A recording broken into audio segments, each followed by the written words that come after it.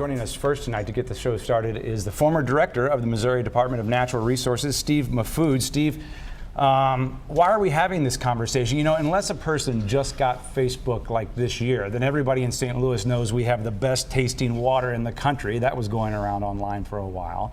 Why is this important? If you're at a dinner party, you know a lot about water. What would you corner someone and tell them about water?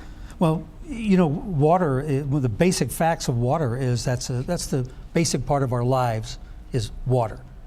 How we live in the St. Louis area and our heritage is all tied to water.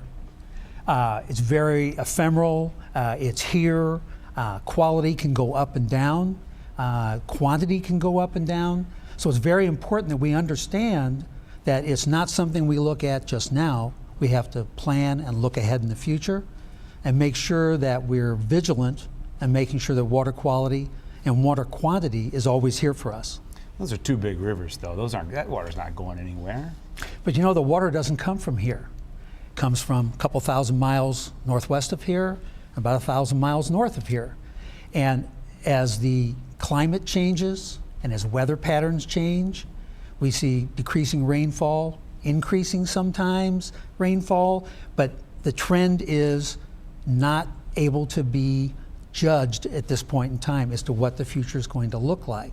So we're always got to be vigilant. We got to plan and make sure that we understand that we're ready for the future so that our quantity and our quality is always there. You mentioned our region is founded on water. That's right. You know, you can barely see the river from downtown. Most people, I would argue, don't think too much about it. Is water on the minds of people? You know, a lot of times it's not. I think a lot of the people that we'll talk to here tonight and the awareness that Channel 9 is trying to get to people is that water's our heritage here in the St. Louis area. We have unfortunately over the years turned our back on the rivers.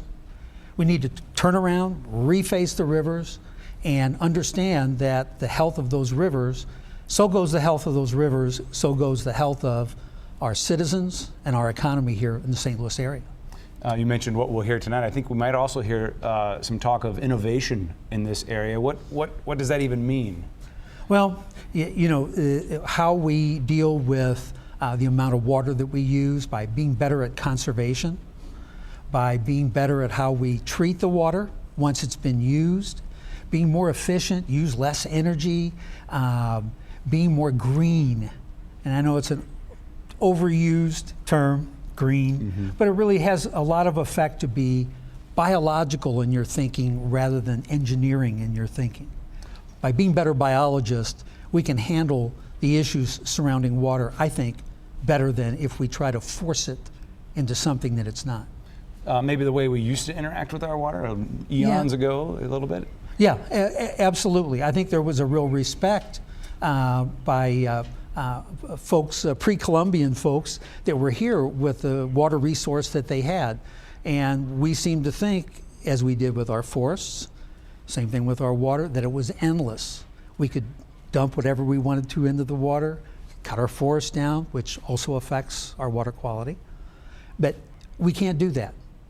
Growing population in the United States, growing needs for water, we have to be resourceful and we have to be careful.